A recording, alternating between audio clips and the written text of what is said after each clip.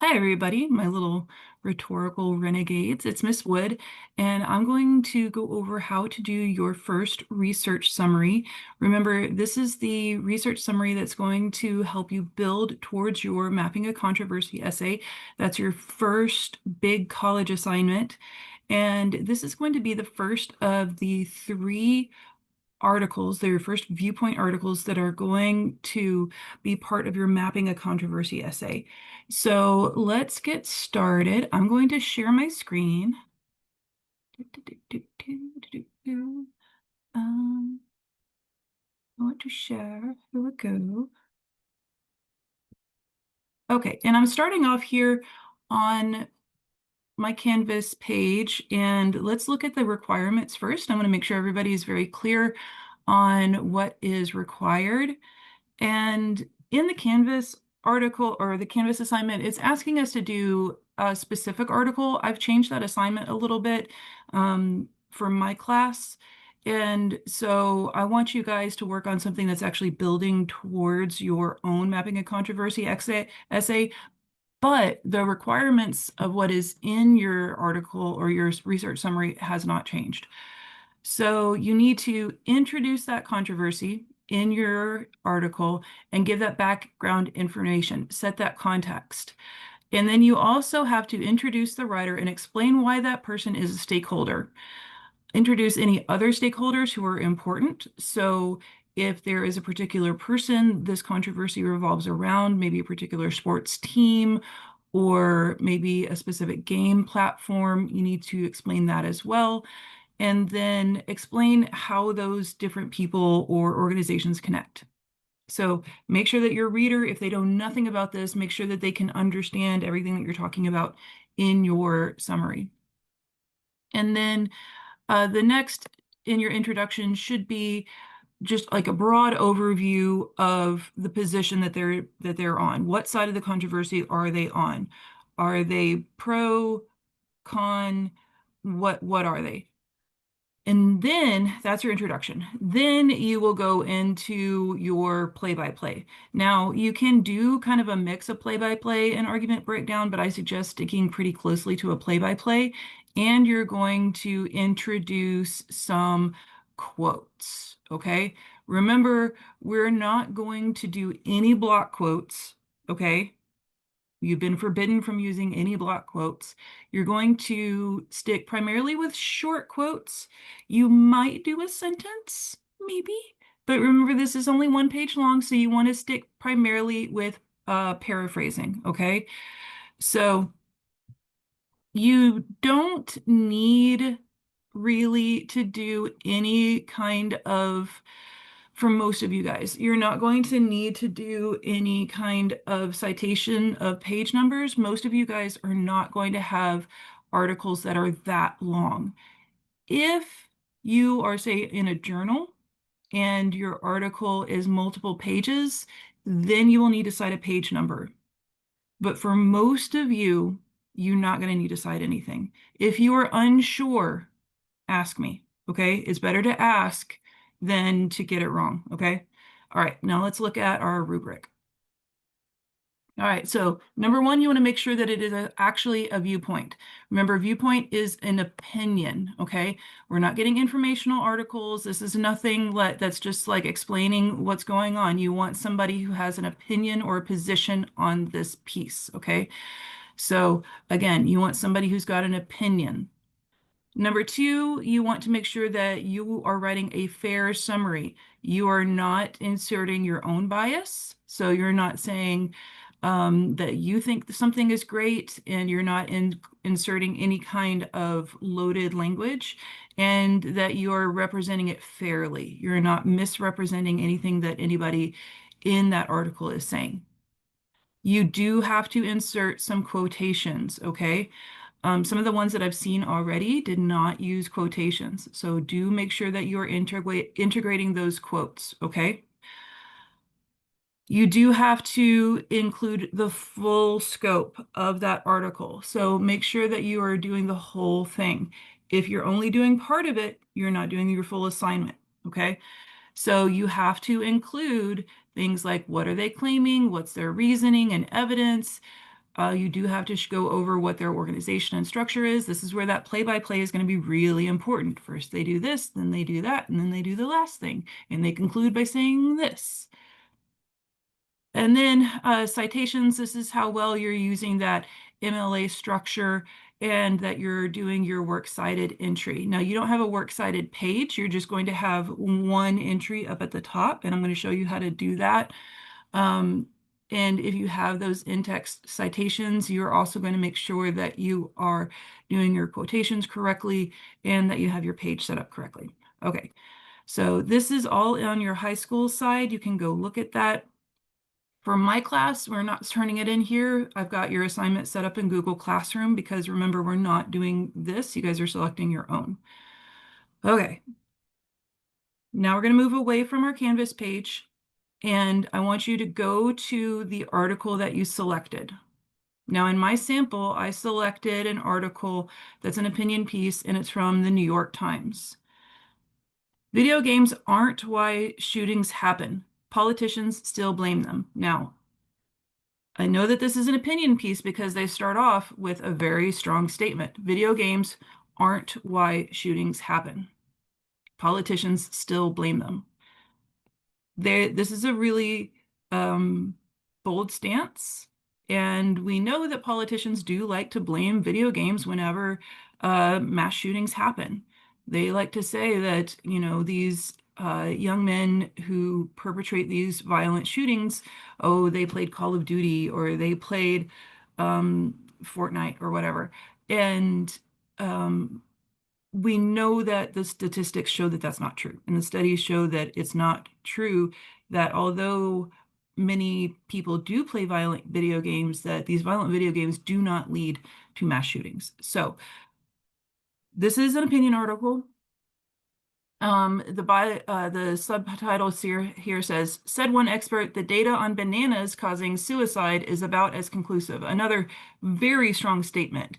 And the idea that bananas cause suicide is ridiculous. So I know here that this is going to be a very, very strong stance that conclusively video games do not cause mass shootings. Now, if I scroll down, I see I have the journalist here. Now, this article is a little bit older than what I would like you guys to select. For my purposes, just for demonstration, it's okay. But for you guys, I would like you to choose something maybe a year or two older, especially for a topic that's kind of generic like mine. Video game shootings is one of those ongoing, or like video game violence is kind of an ongoing controversy. It comes up again and again. Since I was your age, video games and violence has been something that has been a hot topic of conversation. And so 2019 is a little bit old for your purposes, but for me, I'm going to use it. Okay, so that out of the way, I would like you guys to find something that's a little bit more recent. So like 2022 probably would be okay, maybe a couple years older than 2019.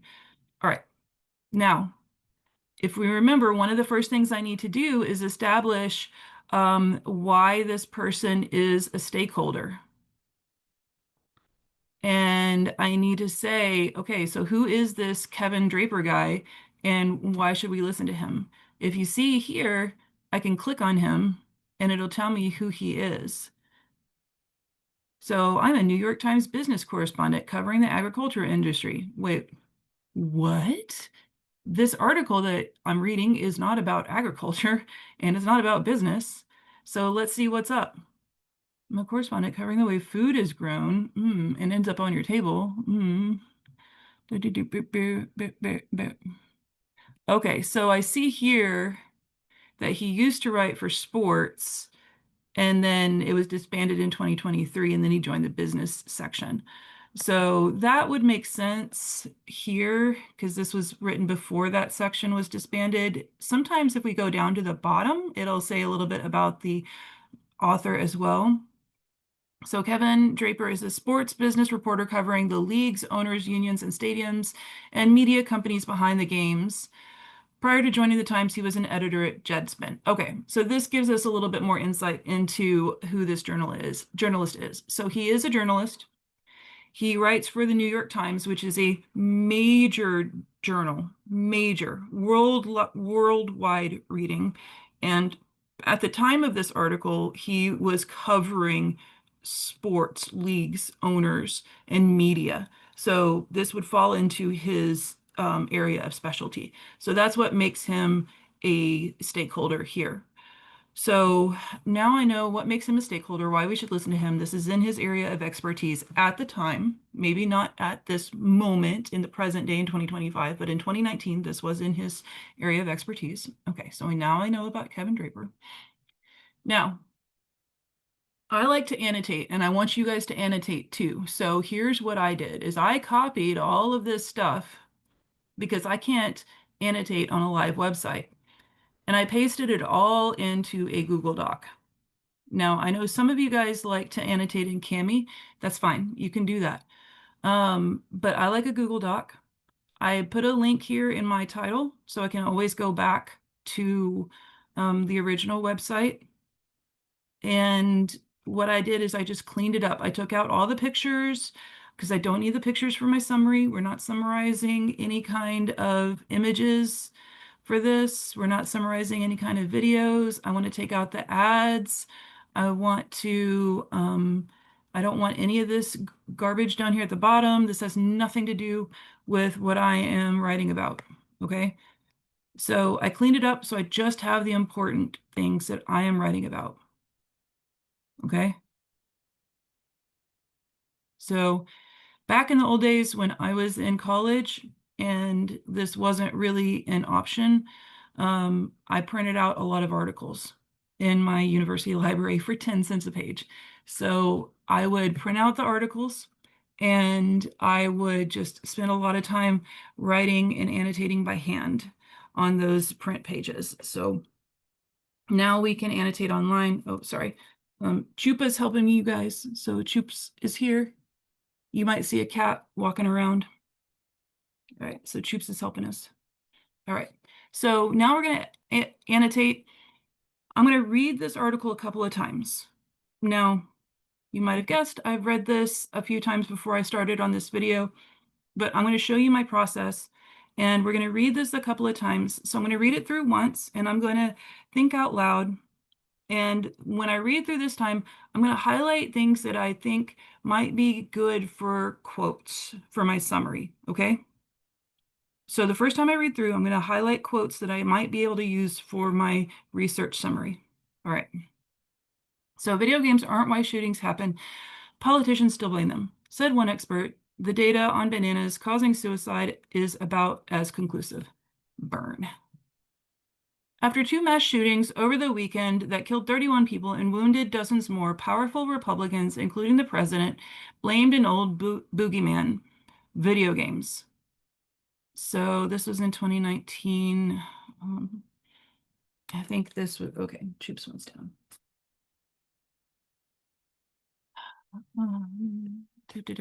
We must stop the glorification of violence in our society, President Trump said on Monday in a White House address on the shootings. This includes the gruesome and grisly video games that are now commonplace. Mr. Trump's words echoed those of Dan Patrick, the Lieutenant Governor of Texas, and Kevin McCarthy, the Republican House Minority Leader. In an appearance on Fox and Friends on Sunday morning, Mr. Patrick implored the federal government to do something about the video game industry. We've watched from studies shown before what it does to individuals, and you look at the photos of how it took place, and you can see the actions within the video games and others, added Mr. McCarthy on a different Fox show. Okay, so he's setting the context here. I know I said I was going to look for for quotes first, but he's kind of setting the context. This is his the inciting reason. This is why he is writing this article. Two shootings have happened, and now politicians are on news blaming video games. Armed with little and often unconvincing evidence, politicians have blamed violence on video games for decades. Ooh, that is a good quote. I'm going to highlight that one. Their rhetoric quickly ramped up in the 1990s after video games like Wolfenstein 3D and Doom popularized the genre of violent first-person shooting games. I played both of those video games, by the way, and I am not a mass shooter. Since then, video games have been blamed for shootings at Columbine High School in 1999 and Marjorie Stoneman Douglas High School in 2018, and many others in between. Researchers have extensively studied whether there is a causal link between video games and violent behavior, and while there isn't quite a consensus, there is a broad agreement that no such link exists. I like this quote too, because it's very conclusive. Well, I mean, not conclusive. There's a broad agreement that no such link exists. Okay. According to a policy statement from the Media Psychology Division of the American Psychological Association, scant evidence has emerged that makes any causal or correlational connection between playing violent video games and actually committing violent activities. Okay, I do want to point something out. So, do you see that this is a quote from the American Psychological Association? In my research summary, I cannot quote a quote. So I cannot use this quote in my research summary because my author here has quoted somebody else. So when I am writing my research summary, I can only quote Kevin Draper. I cannot quote him quoting the American Psychological Association. Okay, see how these are in quotes? He has quoted someone else. When I write, I'm not going to quote this because these are not his words. Okay. Now, if this were a different kind of paper, if this were a longer paper, and I liked this quote and I wanted to use it, what I would do is I would go to his works cited page, or I would click this link and I would find that policy statement, and I would cite this in my own works cited. I would cite it directly. Okay.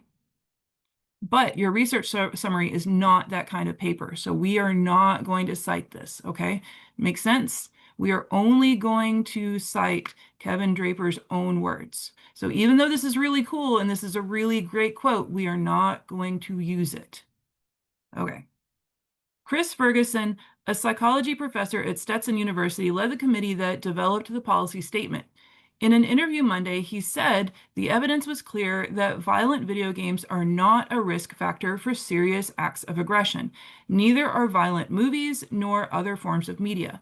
Okay, so here what Kevin Draper has done is paraphrased Chris Ferguson at a statement. We can use this, okay, because he's paraphrasing. So this is not a direct quote. This paraphrase, we could use this if we wanted to.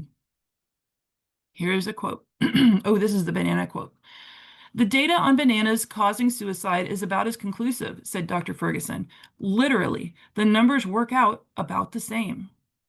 The Supreme Court has also rejected the idea. In striking down a California law that banned the sale of some violent video games to children in 2011, the court savaged the evidence California mustered in support of its law. These studies have been rejected by every court to consider them, and with good reason. They do not prove that violent video games cause minors to act aggressively, Antonin Scalia wrote in the majority opinion. He added, oh, hold on, Chupa's acting up. He added, they show at best some correlation between exposure to violent entertainment and minuscule real-world effects, such as children's feeling more aggressive or making louder noises in the few minutes after playing violent games than after playing non-violent games. Shortly after Mr. Trump's address, the hashtag video games are not to blame began trending nationally on Twitter, with most tweets mocking the idea that violent games were to blame for either of the shootings. If video games did indeed cause some mass shootings, or one might expect such events to be common in Japan or South Korea. Both countries spend more per capita on video games. Sorry, Choops is acting up again. On video game, both, okay, sorry, the dog is, she's getting me messed up. Both countries spend more per capita on video games than the United States, according to Newzoo, and have huge video game communities. Japan is home to video game makers like Nintendo, Sega, and Sony, while South Korea has a highly developed competitive video gaming industry. But Japan and South Korea, both of which have very strict laws limiting gun ownership, have among the lowest rates of violent crime in the world, and mass casualty events are quite rare. All right, I'm going to highlight that because I think that is an important stat to include. I also want to note that he has slipped in this little note about limiting gun ownership. This article is not about gun ownership. It's about video games, but he just kind of slips this little nugget in here. Kind of lets you know maybe, or puts that little thought in your head about maybe what are some other causes of these violent acts. Mr. Trump's administration studied the issue previously and came to no significant conclusion about the connections between mass shootings and violent video games. I'm going to highlight that one as well. And I also want to note, just because I'm highlighting them does not mean that I'm definitely going to use them. These are just ones that I want to note and maybe come back to and see how they might be able to fit into my research summary, okay? These are just ones that are standing out as possibilities. After last year's shooting at Marjory Stoneman Douglas High School, the Trump administration convened a federal commission on school safety. The commission's final report downplayed the role of guns in school shootings. Instead, it called for improving mental health services, training school employees in firearm use, and rolling back rules developed during the Obama administration that were aimed at ensuring minority children weren't unfairly disciplined by schools.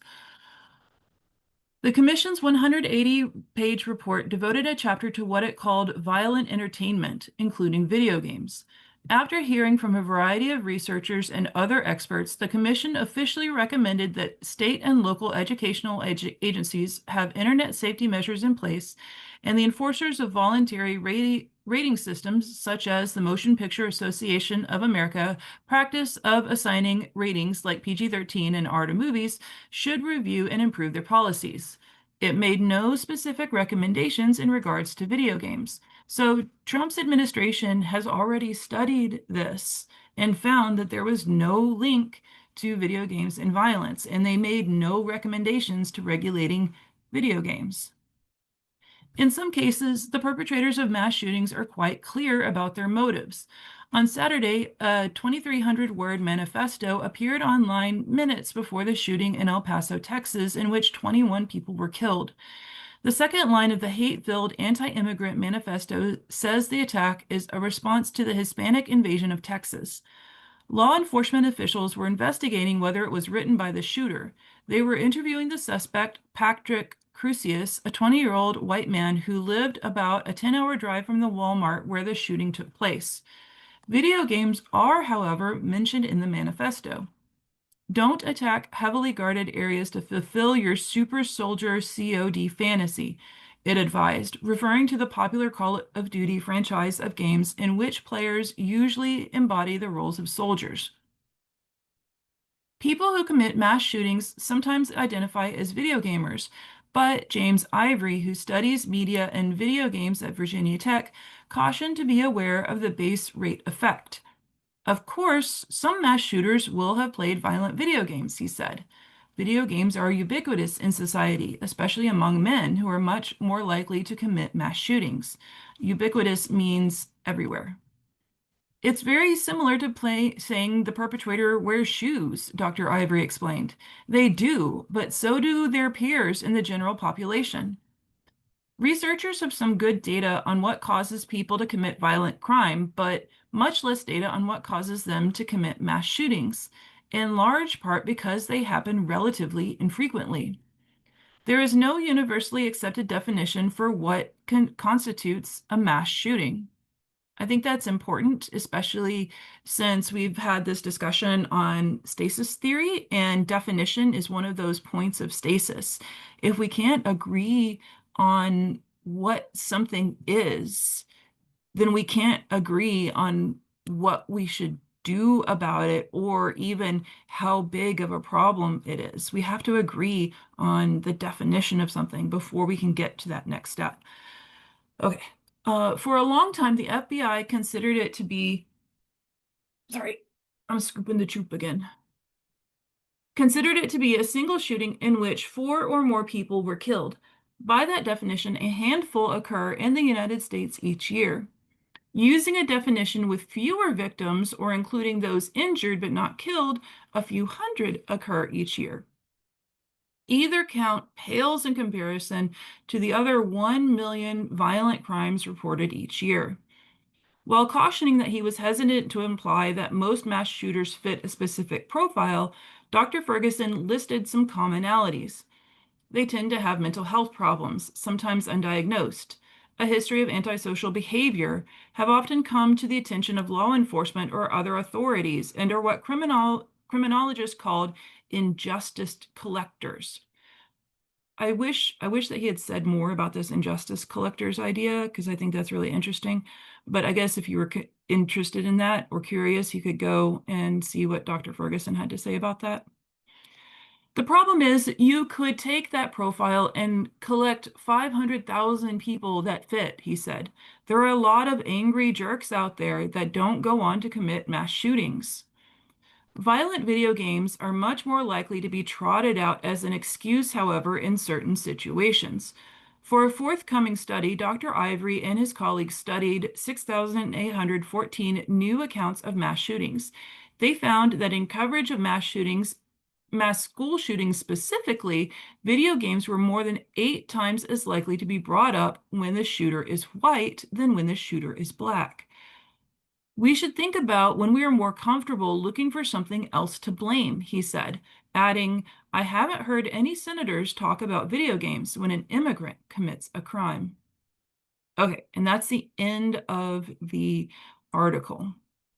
And again, we have a little description of him. This shows a like a different version of the article when it was printed or when it was when it was printed. Okay, so I didn't really find like I think all of this is interesting, but there's nothing like really um clippable here that I would want to use as a quote. I do think it's interesting here, kind of like the gun laws bit that he dangled for us. I really think that it's interesting that he ends with these 2 paragraphs and he's dangling this concept in front of us. Um, like there's this bigger issue here that he's teasing and he's not really delving into it, about when people talk about video games and mass shootings, school shootings specifically, and then what race is the school shooter, and then what's the immigration status. So these kind of social issues that go around these mass shootings. Again, he's not discussing them. He's just dangling these little threads going, isn't this interesting? I think this is one of these things that made this a really interesting and provocative article to me, is that he talks about some things very directly, like how unconclusive or how not unconclusive, but like how conclusive the data is that these video games do not cause mass shootings. But then when we start looking about like, well, what does? He's like, well, I wonder what does. Gun laws, uh, media discourse, you know? Okay. So if I scroll back through, I see I do have several little highlights that I can use. So I know that when I'm doing my summary, I've got some quotes that I can pull. All right. So I've read it through once. If you're a student and you're watching this and you're like, whew, okay, I'm tired, take a break, hit pause, go get a drink of water, play a violent video game for 15 minutes, come back, and we're going to get writing. if you're still keyed up and ready to go, let's move on. Now we're going to go to our blank page. If you're in my class, it's in Google Classroom. And what we're going to do is we're going to start off by making sure that our page is formatted correctly for MLA 9. So we know that for MLA, we want to make sure that we have one of two approved fonts. We either have Arial or we have Times New Roman. Now, I used to be a Times girl, but now I love Arial. And we know that our font needs to be 12-point font. So I'm going to up that to 12.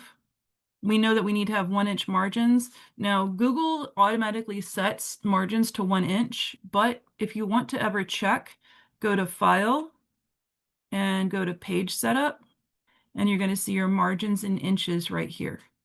You should not ever have to adjust this, okay?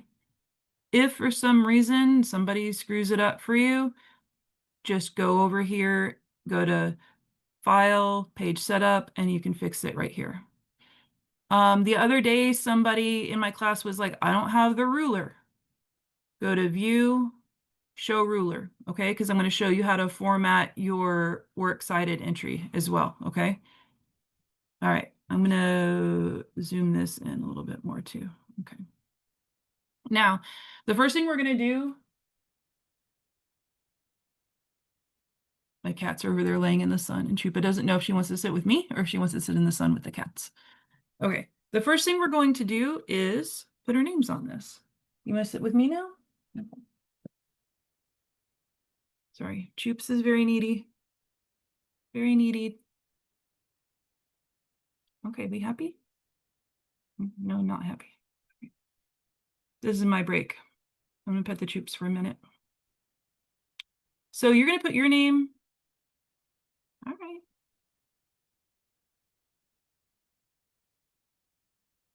And then your teacher name.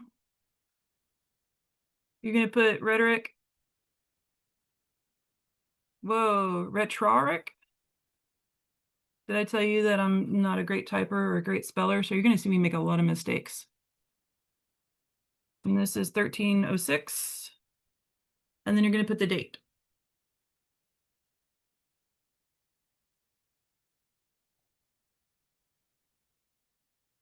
Now, next thing, we're going to do our citation. Remember, our citation, we're going to do author's last name, then first name, and then the title. We always put a period. I'm not going to type all this, so I'm just going to copy and paste it. And then I'm going to fix it, okay? Because I can't leave it like that, y'all. Is that MLA? No, it is not. No, it is not. I'm going to take off that underline. I'm going to... Well, I was going to take off that link.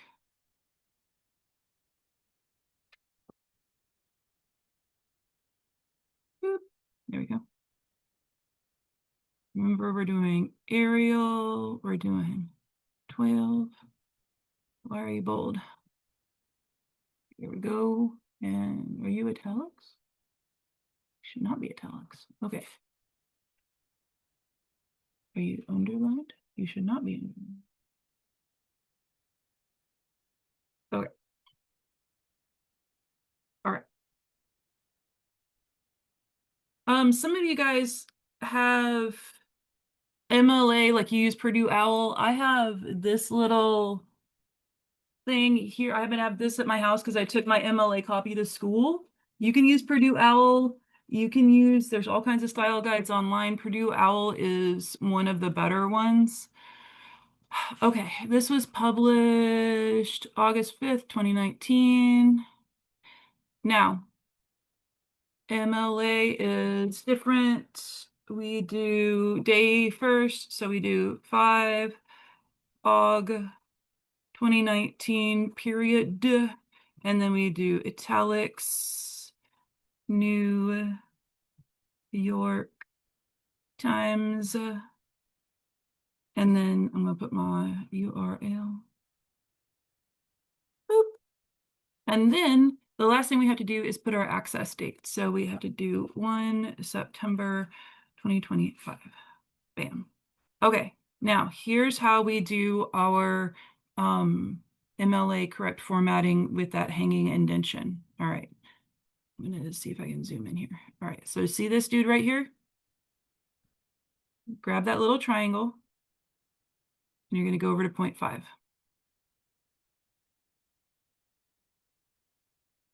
I should have told you first. Whoops. No, don't do that. No, I did the wrong thing. Sorry. I should have told you first to put your cursor here at the beginning of your citation, so your author's last name. All right, once you have that, let me go back to the beginning. I'm sorry, I screwed that up. See, I told you I make mistakes all the time here, people.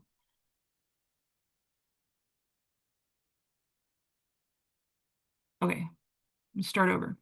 Put your cursor here at the beginning of your author's last name. Now let me zoom in. Okay, now grab your little triangle, and you're going to go over to 0.5. Okay, leave the triangle, and then grab the little rectangle on top of it. They probably have names. I don't know what they are. Now what that does is it leaves everybody else and only leaves that and puts that there. Now we have correct MLA formatting. Bam. You're welcome. Okay, good. We have our citation. Now we're ready to start writing. If you remember what the first thing is that we have to do. Jokes. While I set the dog down, did anybody remember what we were supposed to do? Oh my gosh, you're so brilliant. Yes, it is introduce the article and the author. Oh my God, you guys are so smart. The easiest way to do that and say in his article, and again, I'm lazy, so I'm just gonna copy and paste this. Bam. And to get rid of that, you just go like this. Eh.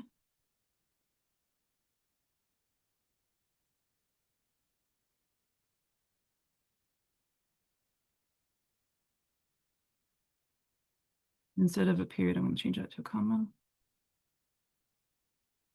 Kevin Draper argues that politicians, he argues that politicians what? Are misguided in their claims that video games cause mass shootings and need to be regulated. Bam. Now, I have called Kevin Draper by his first and last name once. We are not friends, so I'm not going to call him Kevin after this. I'm going to call him Draper.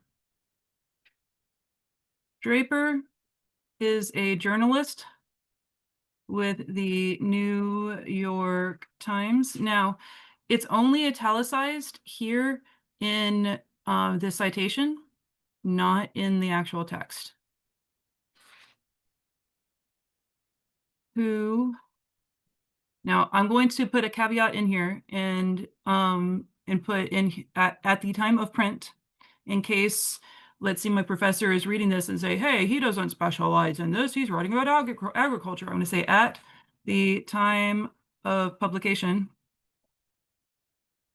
specialized in sports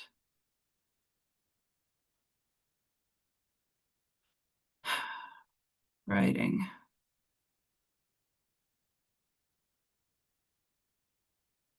What else did he say? Sports and what? Sports business.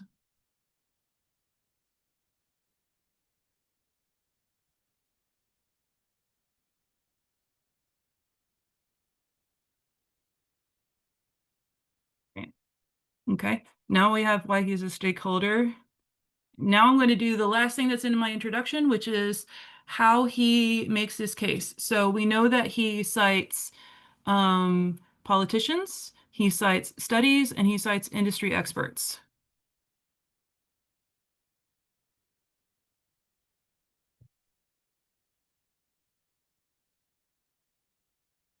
Politicians, scientific studies, And do I want to say industry experts? Is this guy actually an industry expert, or are they, what was Dr. Ferguson? I know that one dude, media and video games. So Ivory's an industry expert, and the other guy was Ferguson. Who is Ferguson?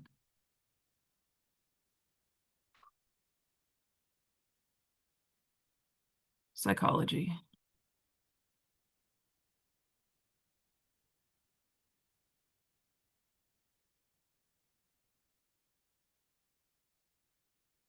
Bam. Okay, he makes his case by citing politicians, scientific studies, and industry and medical experts. Boom. Now I'm going to go on to the next thing, which is actually doing the play-by-play.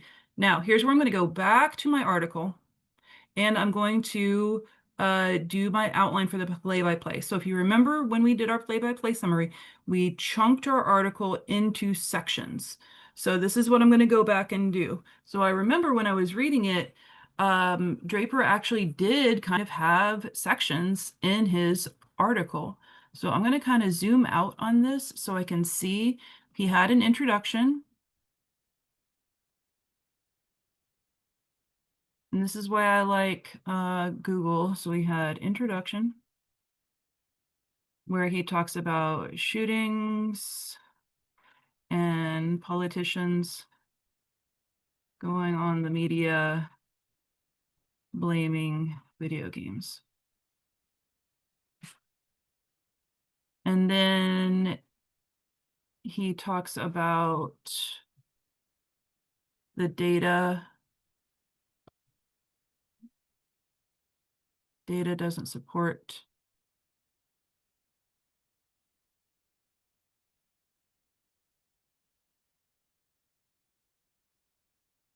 Data doesn't support blaming video games.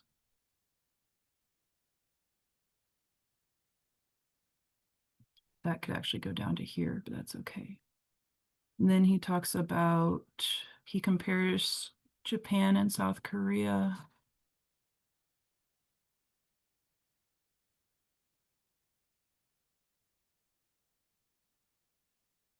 And then he uses Trump's own study against him.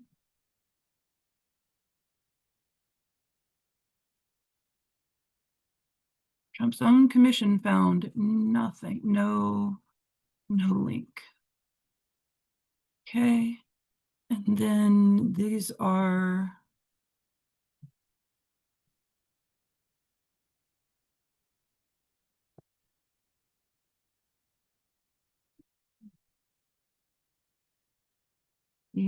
shooters'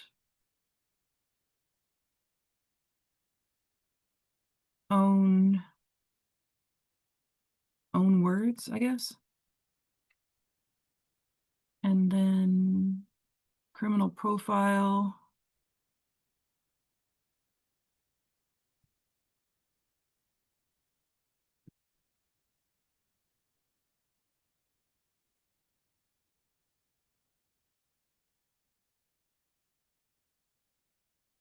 And then his conclusion.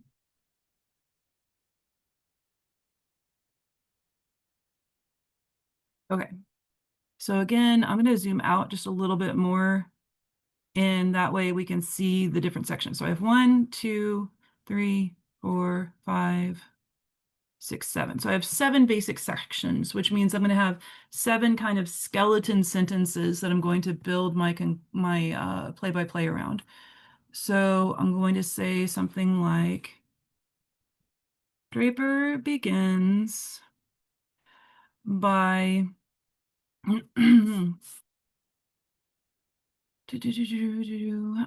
covering the media narrative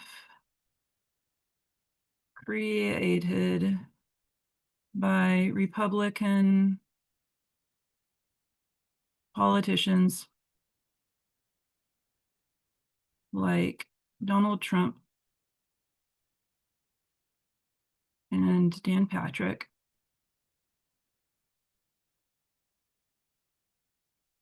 who blame video games for acts of mass violence.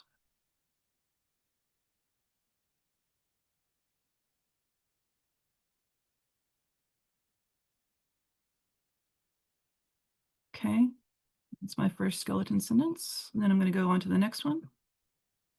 The data doesn't report. Okay. He then,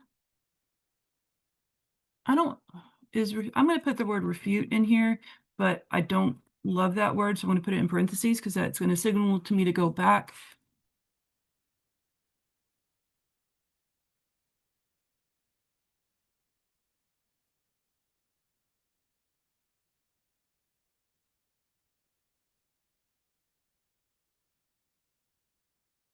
No link. So he then refutes their claims by citing evidence that shows there is no link between playing violent video games and committing acts of mass violence. Okay, let's go into the next section. Compares Japan and South Korea.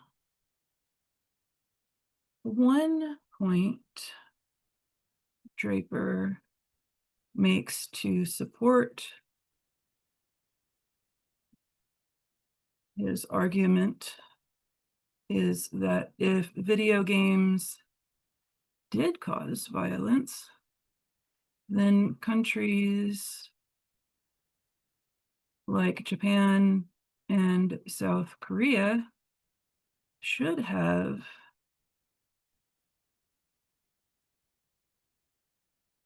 large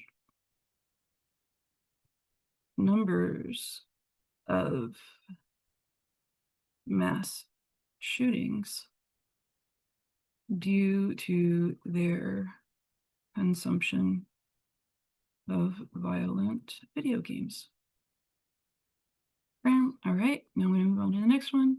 Now, notice what I'm doing. Like, I'm not writing my whole thing. I'm just writing my one-sentence summaries because I'm going to fill in the rest, okay? All right, trust the process, y'all. So I have 1, 2, 3 sentences. Now I'm going to go on to the next 4. Then I'm going to move on to Trump's own commission. What year was that in 2018, so that was the year before.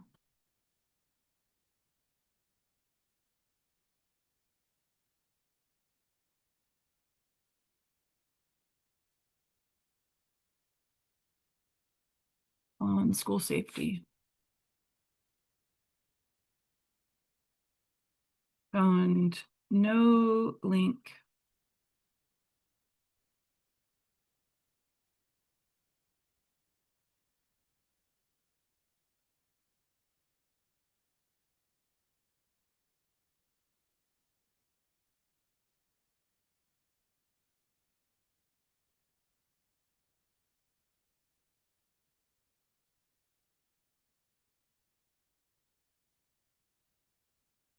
I told you guys I'm not a good typer and I'm not a great speller. Okay.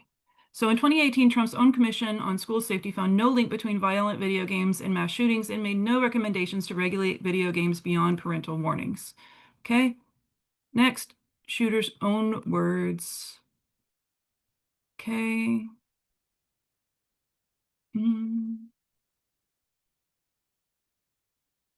Considers the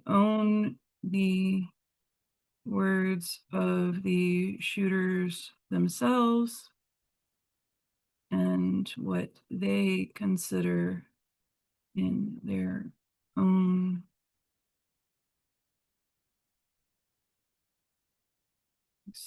to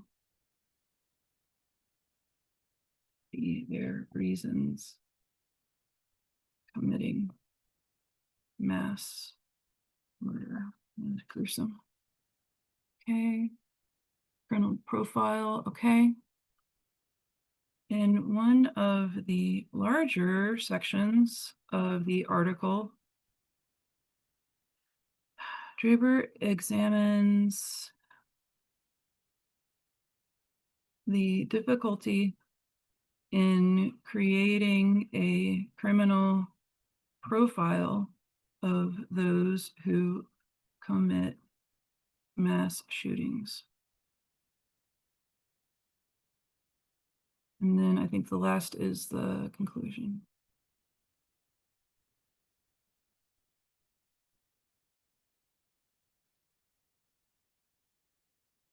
By considering the media's rhetoric,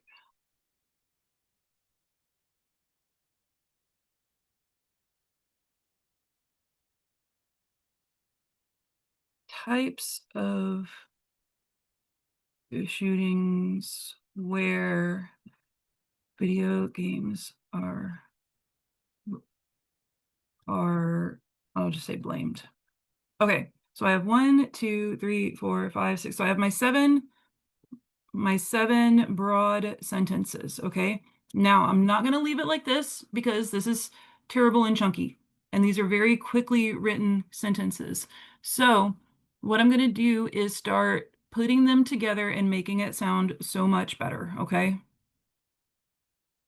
Draper begins by covering the media narrative created by Republican politicians like Donald Trump and Dan Patrick, who blame video games for acts of mass violence. Now, I'm going to go back again. I'm going to put this back up and see what did I highlight as a potential.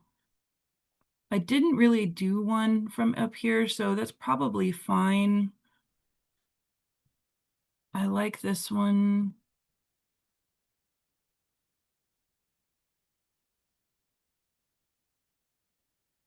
Okay, so I'm going to do this. He then, let's say, instead of refutes, we'll say counters. He says, boop. Oh no, and remember, I've got to fix all this. I could wait till the end, but it would probably bug me. Oh, and the color's wrong too, y'all. Gotta make sure that color is correctly. Okay. He says, armed with little and often unconvincing evidence, politicians have blamed violence on video games for decades. Is there anything else I need to say about this before we go into the part? I like this idea that Supreme Court. So maybe I could say like everyone from psychologists to the Supreme Court have rejected this idea. Entities from clinical studies to psychologists to the Supreme Court have rejected the notion that video games cause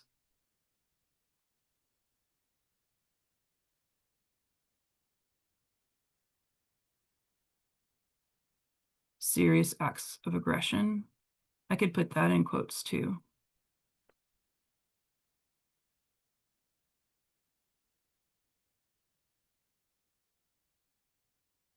Make sure that's not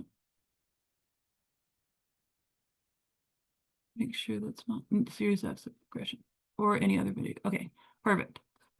One point Draper makes to support his argument is that if video games did cause violence, then countries like Japan and South Korea should have large numbers of mass shootings due to their consumption of violent video games. And that's down here. They, however, okay, these countries, however,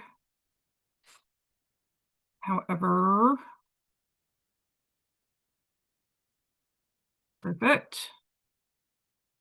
Fix again. Also, see we have URLs in there. Need to take those out. Bam. In 2018, Trump's own Commission on School Safety found no link between violent video games and mass shootings and made no recommendations to regulate video games beyond parental warnings. I think I'm not going to use this quote because it's basically what I said. I just paraphrased it. Paraphrased. Next, Draper considers the words of the shooters themselves and what they consider to be in their own writing. Oh, now the cat's coming up. In their own writings to be their reasons for committing mass murder.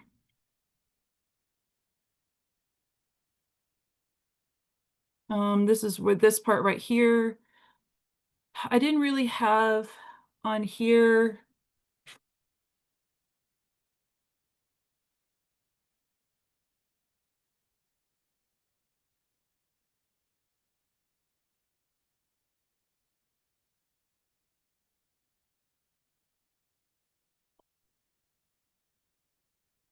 This is one where I think I struggled to find a good quote.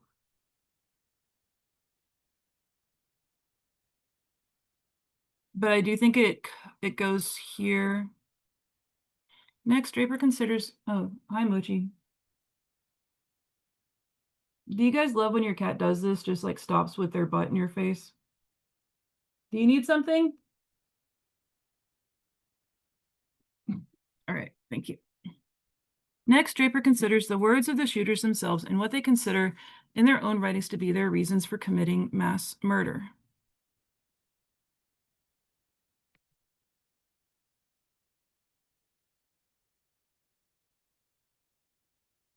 He connects, I'm gonna connect this to the next one. Okay, dude, come on. Butt's still in my face.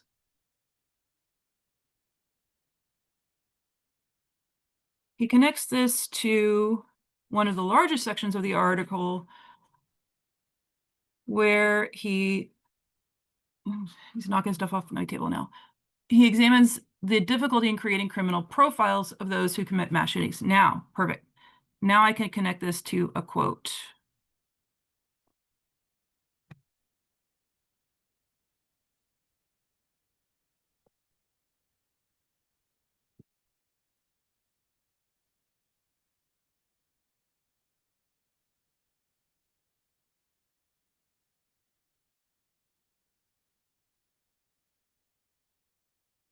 One of the is that many people play video games.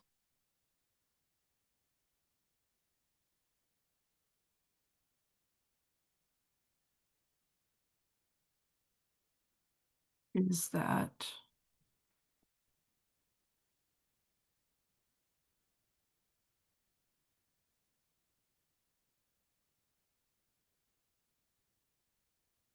video games are ubiquitous in our society?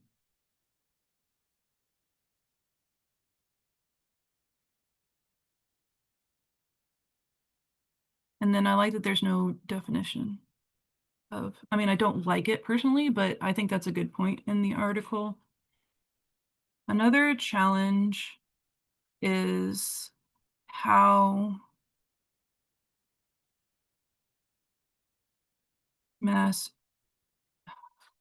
violence, mass shootings.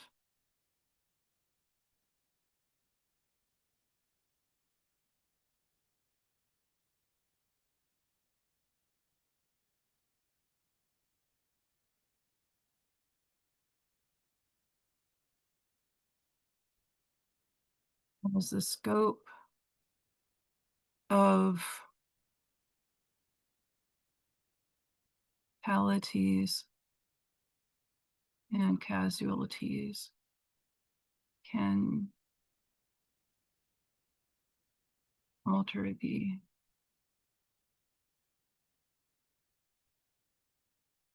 mission. He concludes the article by considering the media's rhetoric surrounding the types of shootings and where video games are blamed. Now, this is one where I can't leave it like this because it's not specific enough. I need to explain what he's talking about.